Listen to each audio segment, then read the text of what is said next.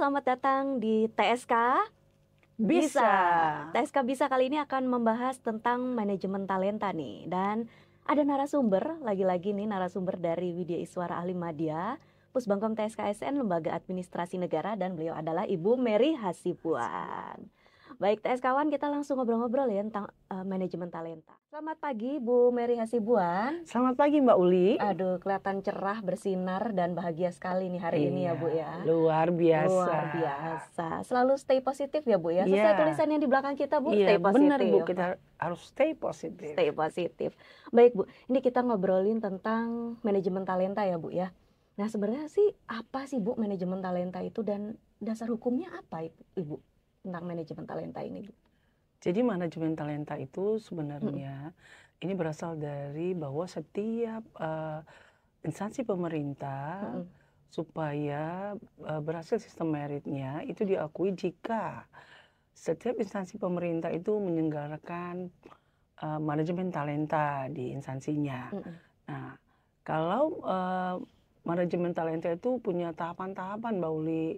Jadi tahapannya itu yang pertama tuh ada namanya akuisisi talenta, yang kedua itu ada namanya pengembangan talenta, yang ketiga itu ada retensi, yang keempat itu ada penempatan talenta, dan ada monitoring dan evaluasi. Seperti itu Mbak Uli. Oke, jadi ada beberapa tahapan-tahapan ya Bu ya dalam manajemen talenta. Kalau misalkan kayak pemetaan talenta itu termasuk dalam tahapan yang mana ini Bu? Ya, makasih ya Mbak Uli ya. Jadi kalau pemetaan talenta itu dia masuk di tahapan akuisisi yang pertama.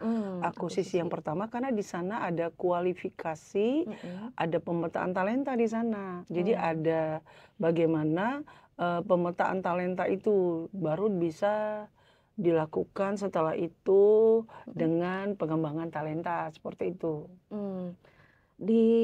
Kalau nggak salah ini Bu ya, yang saya tahu, mohon koreksi kalau saya salah. Jadi dalam pemetaan talenta itu ada 9 box, betul Bu? Ada 9 box. Nah itu bisa sedikit diulas nggak sih Bu, 9 box itu apa itu Bu? Baik, jadi 9 box itu, nah saya sampaikan dulu ya, bahwa peraturan pemerintah yang mendukung manajemen talenta ini yaitu Permenpan nomor 3 tahun 2020 ya, tadi Mbak Uli kan nanya. Nah, jadi 9 box itu adalah penilaian ya, pemetaan talenta yang dimana ada sumbu kinerja dan sumbu potensialnya. Jadi ada 9 kotak ya. Kotak bawah yang paling pertama, 3 kotak yang bawah, yang pertama itu kotak 1, kotak 3, kotak 6. Lalu kotak kedua dari bawah, lapisan keduanya, kotak 2, kotak 5, kotak 8. Lalu yang kotak yang paling atas, 3 kotak yang paling atas itu kotak 4, kotak 7, kotak 9. Nah, kalau kinerja itu ya, sumbu kinerja itu adalah kalau pemeringkatannya itu di atas ekspektasi, sesuai ekspektasi, dan di bawah ekspektasi. Kalau dia potensial, sumbu potensial itu pemeringkatannya dari tinggi, sedang, rendah. Nah, seperti itu Mbak Uli. Jadi kalau 9 box itu, pemetaan talenta itu dari 2 sumbu ini. Sumbu kinerja dan sumbu potensial. Seperti itu Mbak Uli. Kalau misalkan nih Bu, dari hasil asesmen saya berada di, misalkan saya ada di kotak 1 nih Bu. Nah ini bagaimana ini Bu? Apakah saya perlu pengembangan kompetensi kah atau dialog kinerja kah atau apa Bu? Misalkan seperti itu. Baik. Nah, kalau kotak 1 itu kinerjanya itu di bawah ekspektasi dan potensialnya itu rendah. Nah, kemungkinan ini harus dipikirkan, ini mau dikemanakan orang ini. Karena ya mungkin bisa juga dikonselingkan ya, tapi dipikirkan dulu karena kinerjanya itu rendah Mbak Uli, di bawah ekspektasi, dan potensialnya itu rendah kalau kotak 1 gitu. Beda dia dengan misalnya nih itu ya diapakan gitu ya rekomendasinya ya. Ini dilihat dilihat apakah ini perlu dikonselingkan kah? Kenapa dia kinerjanya di bawah ekspektasi? Kenapa dia Mhm. potensialnya rendah? Nah, di sini ini perlu dipikirkan nih. Mmm. Ini perlu dipikirkan. Ini yang bertugas memikirkan ini adalah SDM. Kepegawaian ya, Bu, ya? SDM atau Human Resource Development ya. Mhm. Jadi SDM. Nah, misalnya nih Mbak Uli, kita Mhm. di nomor saya di kotak 5 nih misal ya. Mhm. Di kotak 5 itu kinerja sesuai ekspektasi dan potensialnya menengah. Nah, di Mhm. sini. Nah, ini kalau seperti ini dia perlu bimbingan kinerja, Mhm. perlu juga dia pengembangan kompetensi. Nah, bisa juga di kotak ini kan bimbingan kinerja itu kan bisa juga coaching ya. Bisa nggak kalau bimbingan Oke. kinerja ya? Iya. Bisa bisa mentoring juga, ya kan Mhm. ini disesuaikan. Mhm. Dan di sini perlu juga kalau dia di kotak 5 dia perlu pengembangan kompetensi. Mhm. Pengembangan potensi itu kan ada juga ya, Mhm. klasikal dan non klasikal. Mhm. Jadi kalau non klasikal dia bisa coaching mentoring ya kan, Mhm. Mhm. yang bisa dapat 20 JP itu Mbak. Oke. Nah, bisa juga magang atau pengembangan yang lainnya. Seperti itu. Oke. Baik, tadi itu kan untuk pemetaan tadi ada sumbu kinerja, ada sumbu potensial ya, Bu, kalau nggak Ya, salah ya. Bisa dijelasin nggak, Bu, kinerja itu apa? Potensial itu apa sih, Bu, gitu? baik. Mhm. Nah, kalau kinerja itu adalah hasil kerja Mhm.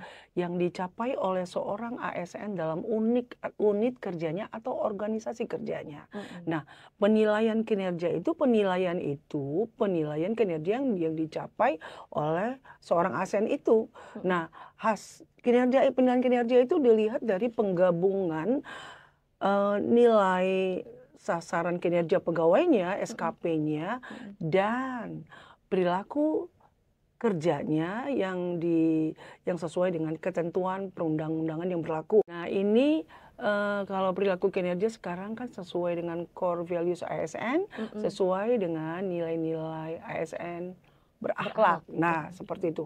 Nah, kalau penilaian kinerja juga bisa dilihat juga dari kreativitasnya, inovasinya, ya kan? Mhm. Bisa juga dilihat dari situ, prestasi kerjanya bisa Mhm. juga dilihat dari situ juga ya. Mhm. Nah, kalau potensial ini kan kemampuan terpendam ya, dia underlying capabilities dari seorang individu ini bisa dilihat dan bisa ini mengembangkan kompetensinya juga dalam tugas jabatannya. Mhm. Nah, di sini Mbak Uli, Mhm. kalau dia potensial ya, potensial itu bisa dilihat dari assessment center, hasil Mmm. assessment center, uji Mhm. kompetensi, ya Mmm. kan. Nah, penilaian penilaian dari potensial ini dilihat dari kompetensinya, Mbak. Kompetensinya, bagaimana potensinya, Mhm. bagaimana rekam jejaknya, Mhm. bagaimana pertimbangan lainnya. Nah, ada suatu instansi yang mengkategorikan ini. Misalnya kompetensinya 30% dilihat, Mhm. lalu potensinya 30%, Mhm. rekam jejaknya 15%. Mhm. Jadi pertimbangan lainnya itu 15%. Nah, misal contoh nih ya, Mhm. potensi. Potensi itu apa sih Mhm. kira-kira? Misalnya ini kemampuan intelektualnya, bagaimana kemampuan interpersonalnya, Mmm. bagaimana kemampuan dia berpikir kritis dan berpikir kreatif, bagaimana kemampuan dia bekerja cepat dan mengembangkan dirinya, bagaimana kesadaran dirinya, self awareness-nya, bagaimana Mhm. bagaimana motivasinya, Mhm. bagaimana komitmennya, ini bisa dilihat dari potensinya. Potensi itu diantara itu ya Mbak ya. Mhm. Nah, lalu kalau kompetensi itu Mbak Uli, Mhm. kompetensi itu ada 3. Mhm. Kompetensi manajerial, Mhm. kompetensi sosial Mhm. kultural, Mhm. kompetensi teknis. Oh. Nah, kalau kompetensi manajerial tuh contohnya bagaimana dia bekerja sama, bagaimana dia memimpin, Mhm. bagaimana dia mengambil keputusan misalnya, Mhm. bagaimana dia berkomunikasi. Nah, dilihat ya bagaimana dia berkomunikasi, mengelola gitu ya. Dan kalau dia kompetensi sosial kultural, ini satu saja Mbak, bagaimana dia menjadi perekat bangsa. Kalau kompetensi teknis, misalnya nih saya Widya Suara, saya harus punya kompetensi bagaimana saya bisa mengelola kelas, bagaimana saya bisa membuat rancangan pembelajaran ya kan, RBPMP itu salah satunya. Bisa aja seorang sekretaris bagaimana dia punya keterampilan berkomunikasi dalam bahasa Inggris, ini contoh nih. Nah, jadi ini kompetensinya manajerial, sosial kultural, dan teknis. Nah, lalu ada namanya rekam jejak. Nah, salah satunya rekam jejak itu adalah bagaimana pendidikannya, lalu dia jabatannya apa sekarang, ruangnya, golongannya gitu ya, bagaimana pendidikan misalnya nih ya, pendidikan kepemimpinan apa saja yang sudah didapatkannya, bagaimana kepemimpinan pelatihan ya, atau pelatihan fungsional kayak kita ya, bagaimana pelatihan teknis gitu ya, bagaimana ini dia punya, bagaimana pengalamannya di dalam jabatannya. Bisa kan jabatannya, apakah jabatannya itu dia pernah jejak atau bagaimana, seperti itu. Ini contoh-contoh, ada lain banyak contohnya ya. Nah, satu lagi tuh Mbak, rekam jejak nih. Nah, rekam jejak tuh dilihat juga pendidikannya itu dari luar negeri atau dari dalam negeri, ini kualifikasinya dilihat. Lalu bagaimana bagaimana partisipasinya, kepemimpinannya di dalam organisasinya. Nah, seperti itu. Dan ada juga ya, saya pernah ingat ya Mbak ya, rekam jejak tuh penting. Nah, ASN juga harus ingat bahwa rekam jejak yang paling penting itu adalah jari dan mulut. Nah, seorang ASN terutama yang masih muda-muda ya, yang mau smart, yang mau dimasukkan ke menjadi kelompok rencana suksesi, perlu diperhatikan.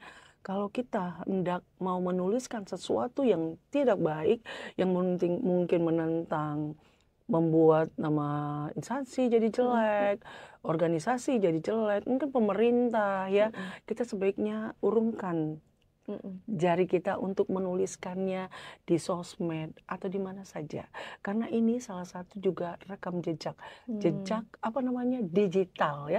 Jadi diperhatikan juga Mbak, nggak hanya ya misalnya status kita, IG kita tuh ya, kalau nggak bagus itu mempengaruhi juga kita bisa dimasukkan di kelompok rencana suksesi atau tidak gitu ya.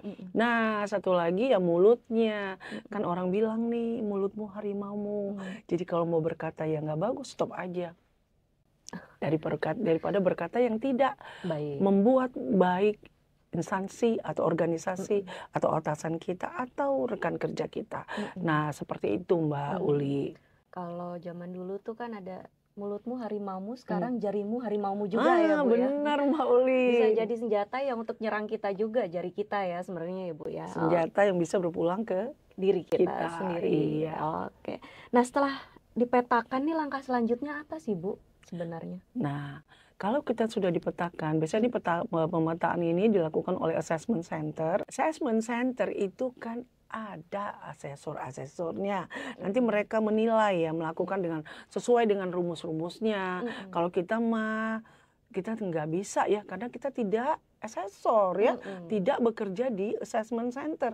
Nah, mereka akan setelah mereka melakukan pemetaan talenta itu, kita masuk ke kotak berapa, 1, 3, 6, 2, 5, 8 atau 4, 7, 9. Nah, nanti ada rekomendasinya Mbak. Nanti ke perkembangan kompetensi mana yang sesuai dengan kita gitu. Nah, walaupun kita masuk ke kotak 9 nih, 7, 8, 9. 7, 8, 9 itu kan termasuk kelompok rencana suksesi kan. Nah, itu tetap ada juga rekomendasinya. Nah, misalnya nih kelompok 9, jadi menjadi dia kelompok rencana suksesi nasional ya kan, udah pasti nasional kalau nomor 9. Kalau nomor 8 dan 7 dia masuk ke kelompok rencana suksesi instansi. Nah, di sini bisa aja diadakan kalau kelompok 8 atau 7 ya. Kalau kelompok 8 itu bisa aja dia masuk rotasi, bisa aja. Nah, ini dia bisa masuk ke pengayaan. Jadi pengayaan itu kan seperti enrichment, job enrichment. Bisa saja kelompok 7 itu masuk ke perluasan ya, perluasan 7 atau 8 ya, 8 ya. Enrichment ya, perluasan enlargement. Kalau enrichment itu pengayaan ditambahkan lagi ya kan. Jadi enrichment. Nah, seperti itu Mbak. Seperti yang saya katakan tadi, kalau saya masuknya ke kelompok 5, misalnya kotak 5 ya Mbak ya. Nah, saya kan berarti ke kinerja saya kan sesuai ekspektasi dan potensial saya menengah saja. Oh, mungkin saya bisa dimasukkan di pengembangan kompetensi, saya rekomendasinya ya bisa ke bimbingan kinerja atau pembelajaran e-learning atau bagaimana. Nah, ini SDM lah yang menentukannya. Lalu nanti SDM menyurati pimpinannya. Nanti dikasih surat ini saudara ini dia di kotak ini. Sebaiknya rekomendasinya ini. Nah, itu diserahkan ke atasan bagaimana selanjutnya apa yang bisa ditindaklanjuti oleh atasan kita, pimpinan kita. Ini seperti itu. Satu pertanyaan nih Bu, ini saya penasaran nih. Talent dan talent pool itu apa Ibu? Jadi kalau talent itu adalah seorang ASN yang memiliki kriteria tertentu, yang bisa memiliki kriteria tertentu untuk dimasukkan ke dalam kelompok rencana suksesi. Jadi kalau talent pool kolam orang-orang bertalenta. Jadi peta lah namanya ya, peta talenta. Jadi ini sekumpulan orang, individu yang dinilai berbakat untuk bisa masuk ke peta ke kolam talenta ini, ke peta talenta ini. Mereka memiliki bakat ya, dinilai berbakat dan bisa dimasukkan ke kelompok rencana suksesi. Jadi kelompok rencana suksesi itu Mbak Uli, kelompok 7, 8, 9 Mbak Uli. Nah itu.